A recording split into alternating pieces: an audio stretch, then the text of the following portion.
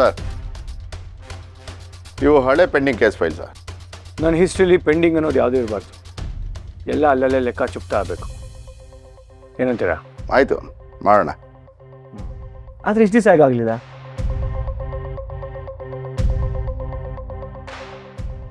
ನಿಮ್ಮ ರಿಯಾಕ್ಷನ್ ನೋಡ್ತೀರ ನನಗೆಲ್ಲ ಅರ್ಥ ಆಗುತ್ತೆ ಬಿಡಿ.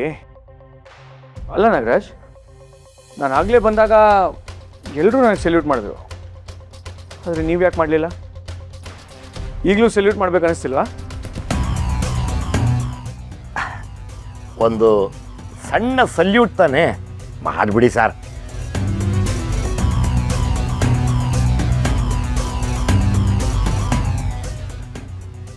ಸರ್ ನಾವು ನೀವು ಒಂದೇ ಡೆಸಿಗ್ನೇಷನ್ ಅಲ್ವಾ, ನಾನು ಯಾಕೆ ಸಲ್ಯೂಟ್ ಮಾಡಲಿ? ನಾಗರಾಜ್, ನಿಮಗೆ ಕೊಲೆಸ್ಟ್ರಾಲ್ ಎಷ್ಟಿದೆ? 240. ಹೆವಿನೇ ಇದೆ. HD ಅಲ್ಲ ಅಥವಾ LED ಇಲ್ಲ? ಯಾಕೆ ಸರ್?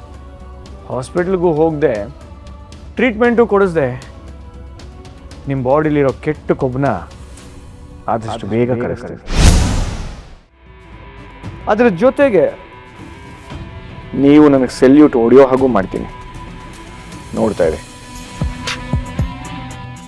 ಸೊ ನಾನು ಈಗ ಇಲ್ಲಿ ಸ್ಪೆಷಲ್ ಆಫೀಸರ್ ಆಗಿ ಅಪಾಯಿಂಟ್ ಆಗಿ ಬಂದೀನಿ.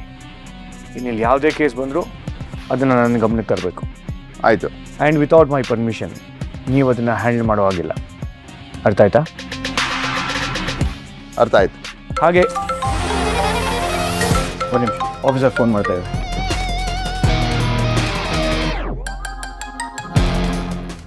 ಸರ್, ಏನೋ ಸೀರಿಯಸ್ ಆಗಿ ಯೋಚನೆ ಮಾಡ್ತಾ ಇದ್ದೀರಾ, ಏನು ಅಂತ ಹೇಳಿ ಸರ್. ಸಾಹೇಬರು ಹುರ್ಕೊಂಬಿಟ್ಟಿರು ಸರ್. ಈಗ ಅವರಿದ್ದ ಜಾಗಕ್ಕೆ ಹೊಸ ಸಾಹೇಬರು ಬಂದಿದ್ದಾರಲ್ಲ, ಅದಕ್ಕೆ. ಏಯ್ ಏನ ನಗು? ಸ್ಟೇಷನ್ನಲ್ಲಿ ನಾವೇ ಇರೋದಲ್ವ ಸರ್, ಸ್ವತಂತ್ರವಾಗಿ ನಗಲಿ ಬಿಡಿ ಸರ್. ನಮ್ಮ ಕಣ್ಣು ಮುಂದೆ ಬೆಳೆದ ಹುಡುಗ ಇವತ್ತು ಆಫೀಸರಾಗಿ ಬಂದಿದ್ದಾರೆ ಅಂದರೆ ನಮಗೆಲ್ಲ ಎಷ್ಟು ಖುಷಿ ಆಗುತ್ತೆ ಅಲ್ವ ಸರ್. ನನಗೆ ಬಂದಿದ್ದ ಪ್ರಮೋಷನ್ ಕೂಡ ಕೆಲವರ ಕೈವಾಡದಿಂದ ಅದು ನನಗೆ ಸಿಗದೇ ಇರೋ ಹಾಗಾಗೋಯ್ತು. ಇವತ್ತು ಅದನ್ನೆಲ್ಲ ಮೀರಿ ನನ್ನ ಮಗ ಈ ಸಾಧನೆ ಮಾಡಿದ್ದನ್ನಲ್ಲ, ನನಗೆ ತುಂಬ ಖುಷಿ ಸರ್. ಇವತ್ತು ನಾನು ಅವನಿಗೆ ಸಲ್ಯೂಟ್ ಹೊಡೆಯೋ ಭಾಗ್ಯ ಸಿಕ್ಕಿದ್ದು ನನ್ನ ಅದೃಷ್ಟ ಸರ್. ರೀ, ಇದು ಸ್ಟೇಷನು, ನಿಮ್ಮ ಮನೆನೋ ಟೀ ಅಂಗಡಿನೋ ಅಲ್ಲ. ಇಲ್ಲೇನೇ ಇದ್ರು ಬರೀ ಕೆಲಸದ ವಿಷಯ ಮಾತ್ರ ಮಾತಾಡಬೇಕು, ಏನೋ? ಏನು ನಾಗರಾಜ್, ಏನೋ ಆವಾಜ್ ಆಗ್ತಿದ್ರಿ? ಏನಿಲ್ಲ ಸರ್, ಇವರಿಬ್ರು ಏನೋ ಪರ್ಸನಲ್ ವಿಷಯ ಮಾತಾಡ್ತಿದ್ರು, ಅದಕ್ಕೆ ಆನ್ ಮಾಡಿದೆ. ಸ್ಟೇಷನಲ್ಲಿ ಪರ್ಸ್ನಲ್ ವಿಷಯ ಮಾತಾಡೋದು ತಪ್ಪು ಅನ್ನೋದಾದರೆ ಲಂಚ ತಗೊಳ್ಳೋದು, ಸುಳ್ಳು ಹೇಳೋದು ಅದೆಲ್ಲ ಅದಕ್ಕಿಂತ ದೊಡ್ಡ ತಪ್ಪಲ್ವಾ? ಲಂಚನ ಯಾರು ಸರ್ ಹಾಗೆ ಮಾಡಿದ್ದು? ಟೈಮ್ ಬಂದಾಗ ಹೇಳ್ತೀನಿ.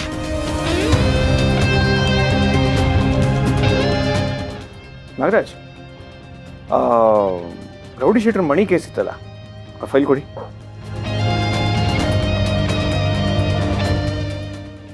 ರೇ, ಇದೆಲ್ಲ ಹಳೆ ಕೇಸ್ಗಳು, ರೌಡಿ ಶೀಟರ್ ಫೈಲ್ ಕೊಡ್ರಿ.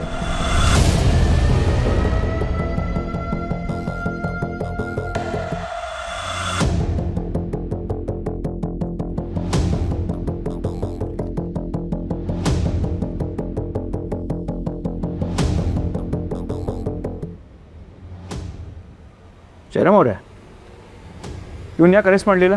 ಸರ್, ಅದು ಅರೆಸ್ಟ್ ಮಾಡಬೇಕಾಗಿತ್ತು ಸಾಹೇಬರು.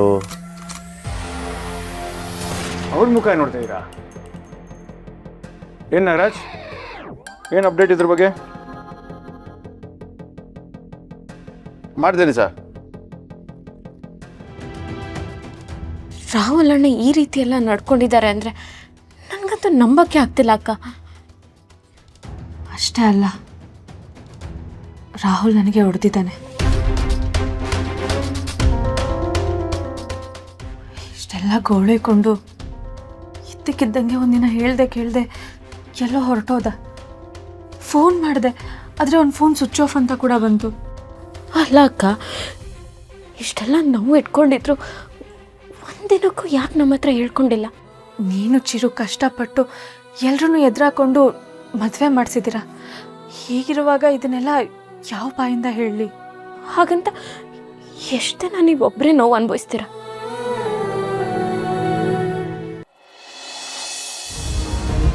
ಅಪ್ಪ ಅಪ್ಪ ಏನಾಗಲ್ಲ ಹಾಸ್ಪಿಟ್ಲ್ಗೆ ಹೋಗೋಣ ಇರಿ.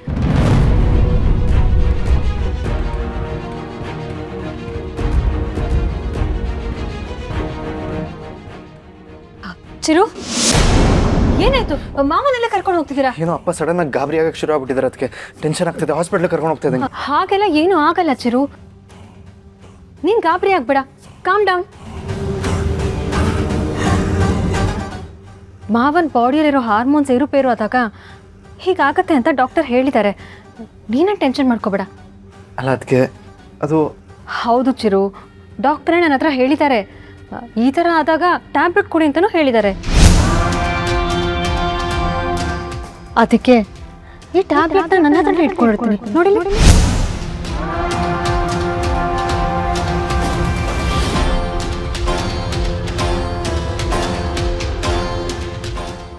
ನಾನೇ ಈಗ ಇದನ್ನ ಮಾವ ಕೊಡೋಣ ಅಂತಲೇ ತರ್ತಿದ್ದೆ, ಅಷ್ಟರಲ್ಲಿ ಹೀಗಾಗೋಗಿದೆ.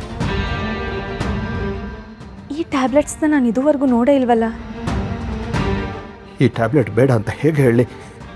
ಹೇಳಿದ್ರು ಅದಕ್ಕೇನೆ ದೇವರು ಅಂತ ನಂಬಿರೋ ಚಿರು ನನ್ನ ಮಾತನ್ನು ಒಪ್ತಾನ? ಖಂಡಿತ ಇಲ್ಲ. ದೇವ್ರೆ, ಈಗ ನೀನೇ ನನ್ನ ಕಾಪಾಡಬೇಕು. ಈ ಟ್ಯಾಬ್ಲೆಟು ನಮ್ಮ ಡಾಕ್ಟರ್ ಕೊಟ್ಟಿದ್ದಲ್ವಲ್ಲ? ಇದನ್ನ ನಮ್ಮ ಫ್ಯಾಮಿಲಿ ಡಾಕ್ಟರ್ ಕೊಟ್ಟಿರೋದಲ್ಲ, ನನ್ನ ಫ್ರೆಂಡ್ ಫಾದರ್ ಇದ್ದಾರೆ, ಅವರು ನ್ಯೂರೋ ಸ್ಪೆಷಲಿಸ್ಟ್, ಅವ್ರು ಪ್ರಿಸ್ಕ್ರೈಬ್ ಮಾಡಿರೋದು. ಹಾಗಿದ್ರೆ ನಾವೀಗ ಹಾಸ್ಪಿಟ್ಲಿಗೆ ಹೋಗೋದೇನು ಬೇಡವಾ ಅದಕ್ಕೆ? ಖಂಡಿತ ಬೇಡ ಮಾವ, ನಿಮಗೋಸ್ಕರ ಈ ಸ್ಪೆಷಲ್ ಟ್ಯಾಬ್ಲೆಟ್ ತಂದಿದ್ದೀನಲ್ಲ, ಇದನ್ನು ನುಂಗಿ ನೀವು ಆರಾಮಾಗಿ ನಿದ್ದೆ ಮಾಡಿ. ತಗೊಳ್ಳಿ. ಬೇಡ.